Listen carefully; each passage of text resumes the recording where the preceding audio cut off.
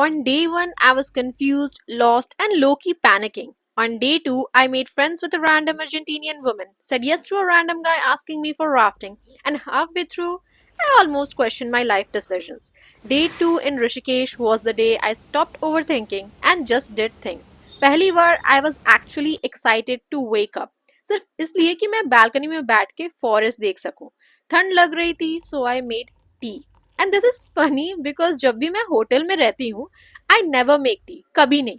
But that morning I did. मैं बैठी थी और सामने मुझे peacocks, pigeons, monkeys and words दिखे. हवा की आवाज थी, लीव्स हिल रहे थे. इट फेल्ट सो पीसफुल कि मुझे बाहर जाने का मन ही नहीं कर रहा था. मैं लिटरली दुविधा में थी, बाहर जाऊं या यहीं बैठी रहूं. और मैंने वही किया जो कोई भी विद्वान व्यक्ति करता है. मैंने चैट जीपीटी से पूछा. चैट जीपीटी ने बोला go out for a small duration and come back by afternoon. मैंने बोला ठीक है, चलो चलते हैं. तो सबसे पहले तो ठूसने के लिए ही जाना पड़ा, भूख लगी थी. So I went to this cafe called cafe royal. Cafe में बैठी, नाइस व्यू था. And I really liked it how I can see the mountain and river while eating my food. मैंने यहाँ पे ऑर्डर करा ऑरेंज जूस बिकॉज हेल्दी रहना था, और फिर पास्ता ऑर्डर कर दिया to balance it out. So initially plans था बीटल्स आश्रम जाने का, बट फिर मेरी मुलाकात हुई एक अर्जेंटीनियन वुमन से. We started talking. She showed me spots I should visit, told me कैसे जाना है, and she even said कि ping me on Instagram if you need help. And she has been to Rishikesh like 3 times. And मैं वहाँ सोच रही हूँ यार, ये कौन सा पैरेलल यूनिवर्स चल रहा है. फॉरेनर मुझे इंडिया में गाइड कर रही है. I am like wow. But honestly, I was really thankful. It made me feel capable, like I can talk to strangers, I can figure things out. फिर मैं गूगल मैप्स के भरोसे राम झूला की तरफ चल पड़ी. रास्ते में कोई नहीं दिख रहा था, मेरी फट रही थी.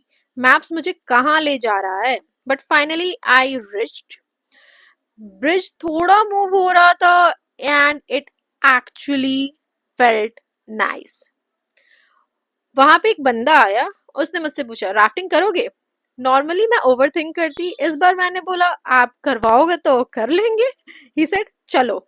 फिर ही सेड स्कूटी चाहिए हो तो बताना आप.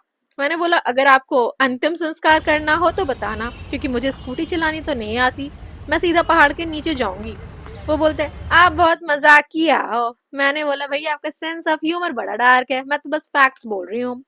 फिर मैं राफ्टिंग पॉइंट पहुंची and it was so great because तुम 6 टोटल स्ट्रेंजर्स के साथ बीच नदी में हो. जब रैपिड्स तुम्हारे मुंह पे आ रहे हैं and it felt so great. You have to rely on each other, row together, balance together. And जब मैं पानी में फ्लोट कर रही थी इट वाज अमेजिंग. गीली हो गई थी, होटल वापस आई, शार लिया. राफ्टिंग का प्लान था ही नहीं, सो कपड़े अकॉर्डिंगली नहीं थे. एक शॉप पे गई, मैंने पिजामा खरीदा. 200 का पिजामा उसने मुझे 1400 में दे दिया. मुझे पता था वो मेरा काट रही है, उसे भी पता था, बट मैं डेस्परेट थी, so I just give it. Finally I reach the Ganga aarti spot जो अर्जेंटीनियन वुमन ने बताया था. ये फेमस त्रिवेणी घाट वाला नहीं था. It was like a small peaceful intimate setting. River side पे बैठने का अलग ही फील होता है. वही that water going down and you have that peaceful thing and you can even see other foreigners sitting. जब मैं गंगा आरती के लिए बैठी मुझे लगा बस एक ही रिचुअल होगा, fire, bells, chanting and that's it. But it wasn't just one thing, it happened in layers. सबसे पहले उन्होंने छोटे दिया जलाए. वो मोमेंट बहुत सिंपल था, लाउड नहीं, ड्रामेटिक नहीं, बस एक क्वाइट सा ऑफरिंग, जैसे वो ना रिवर को थैंक यू बोल रहे हो. फिर अगरबत्ती आई एंड सडनली हवा का मूड चेंज हो गया. स्मोक ऊपर जा रहा था, इवनिंग लाइट के साथ मिक्स हो रहा था. अगरबत्ती का मतलब सिर्फ स्मेल नहीं होता है, इट्स ऑल्सो अबाउट क्लेंजिंग. जैसे वो इन्वायरमेंट और माइंड दोनों को शांत करना हो. इसके बाद दे ब्रॉट आउट हुमाद and again it was so nice. वहाँ पे वो मल्टी लेयर्ड वाले ब्रास लैम्प्स वाले और बड़े वाले दियों के साथ भी उन्होंने किया और मूवमेंट चेंज हो गया। उनके हाथ एक रिदम में चल रहे थे, up down, circular, side to side. It almost looked like a dance, not random, not rushed, very intentional. जैसे ना हर मूवमेंट का एक मीनिंग हो।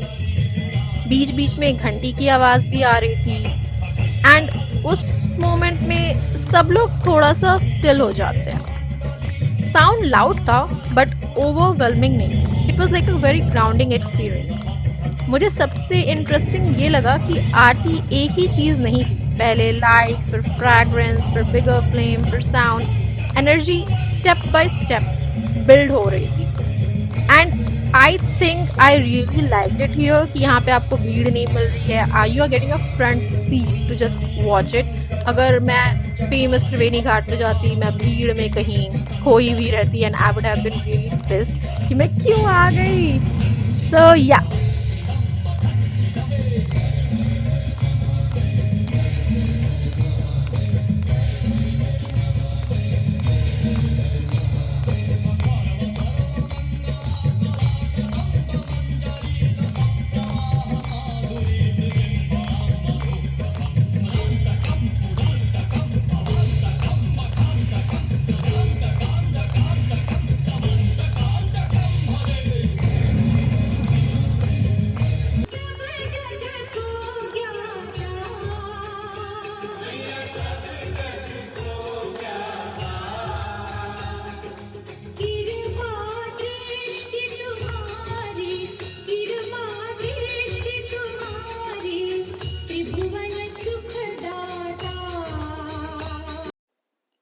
आरती के बाद मुझे भूख लगी थी, so I went to this तत्व कैफे।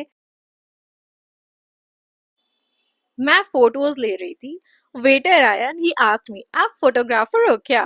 मैंने बोला नहीं, मेरा तो एक फूड पेज है। वो बोला लग ही रहा था आपके एंगल को देख के।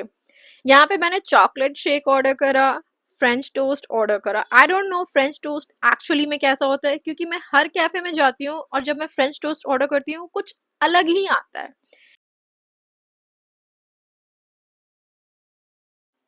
And I also ordered आलू चीज मोमोज बिकॉज आलू तो यार प्यार है अपना। एंड पता है, मैं पूरा टाइम टेंशन में थी कि 9 बजे से पहले होटल पहुंचना है। फिर एकदम से रियलाइज हुआ मेरी तो फ्री विल है यहाँ, होटल 9 बजे गेट बंद थोड़ी कर देगा। फिर मैं दूसरे कैफे पहुंच गई और वहां पे ना मैंने भैया से पूछ लिया कि ये कितने बजे तक यहाँ मार्केट खुला रहता है।